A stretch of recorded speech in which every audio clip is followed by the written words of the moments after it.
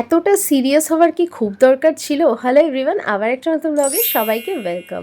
এরকম পড়ন্ত বিকালবেলা ঘুরতে যেতে কিন্তু বেশ মজা লাগে, আর সঙ্গে যদি এরকম দৃশ্য থাকে তাহলে আর কি চাই। হ্যাঁ হ্যাঁ, ঠিকই গেস করেছো, আজকেও চা খেতে চলে গেছিলাম।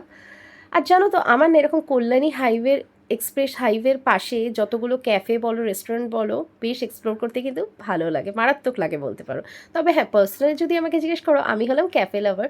তো চোখের সামনে দেখলাম এরকম কেসারি বলে একটা রেস্টুরেন্ট, যেটার indoor outdoor both seating arrangement আছে। তো আমরা তো আউটডোরটাই চুজ করেছিলাম, কি সুন্দর না দেখতে। তো খুব বেশি মানে দিন ওপেন হয়নি, এটা নিউলি ওপেন বলতে পারো। তবে আমার ভিডিও কিন্তু বেশ কিছুদিন পুরনো। তো গিয়ে এটার কথাই বলছেন, জাস্ট আমার এক্সপ্রেশনটা দেখো, মনে হয় কোনো কোয়েশ্চেন পেপার আমাকে সার্ভ করা হয়েছে। না, মেনু কার্ড দেখে কে এত সিরিয়াস হয় তোমরাই বলো। যাই হোক, আমরা কিন্তু প্রথমেই গিয়ে চা আর তার সঙ্গে অর্ডার দিয়েছিলাম চিকেন পাকোড়া। আমার না চায়ের সাথে চিকেন পাকোড়া জাস্ট অসাধারণ লাগে। আমি ম্যাক্সিমাম জায়গায় গিয়ে কিন্তু এটাই অর্ডার করি। তবে এখানকার চিকেন পাকোড়াটা বলেছিল একটু টাইম লাগবে।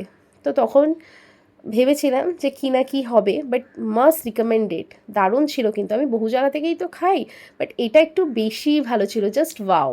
বাট তোমরা চায়ের সাথে অনেক কিছুই পেয়ে যাবে এখানে, দেখছি আলাদা আলাদা তোমার চিপসের কাউন্টার আছে বাইরে, বিস্কিটের কাউন্টার আছে। যাই হোক, তারপরে তো চোখের সামনে দেখলাম অরুণ আইসক্রিমও পাওয়া যায়। তো ওটা না খেয়ে কি থাকা যায়? আমার তো ভীষণই ফেভারিট, এত কিউট আর এত টেস্টি লাগে না খেতে।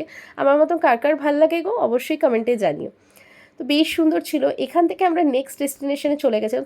তোমাদেরকে বহুবার শেয়ার করেছি যে আমরা কিন্তু একদমই পিজা লাভার নয়, বাট ইদানিং কী হয়েছে কি জানি, একটু একটু পিজার প্রেমে পড়ে গেছি। তাই সেদিনকার চলে গেছিলাম ব্যারাকপুরের পিজাওয়ালায়। তো এখানে কিন্তু অনেক ধরনেরই আইটেমস আছে, র্যাপস আছে, অনেক কম্বোস অফার আছে, ঠিক আছে। বাট আমরা যেহেতু ইদানিং প্রেমে পড়েছি, তো নতুন নতুন প্রেম তো বোঝোই, তো পিজাই অর্ডার করেছিলাম। আর তার আগে খেয়ে নিয়েছিলাম ম্যাঙ্গো শেক। তো পিজায় যেটা অর্ডার করেছিলাম, ওভারলোডেড চিজ চিকেন পিৎজা, যেটা তো দেখতেই কতটা ইয়ামি, খেতেও কিন্তু বেশ ভালো ছিল, মানে জাস্ট অসাধারণ ছিল। এইবার যদি পিৎজা খেতে গিয়ে তোমার মুখ থেকে একটু চিজ নাই বেরায়, তাহলে তুমি কিসের পিৎজা লাভার বলো তো? এটা তো স্বাভাবিক ব্যাপার নাকি? ওভারলোডেড চিজ পিৎজা খাবে, একটু চিজ বেরাবে না, তাহলে কি করে পসিবল? সো ভিডিওটা ভালো লাগলে কি করতে হবে জানাচ্ছে তো, লাইক শেয়ার সাবস্ক্রাইব করে পাশে থাকতে হবে।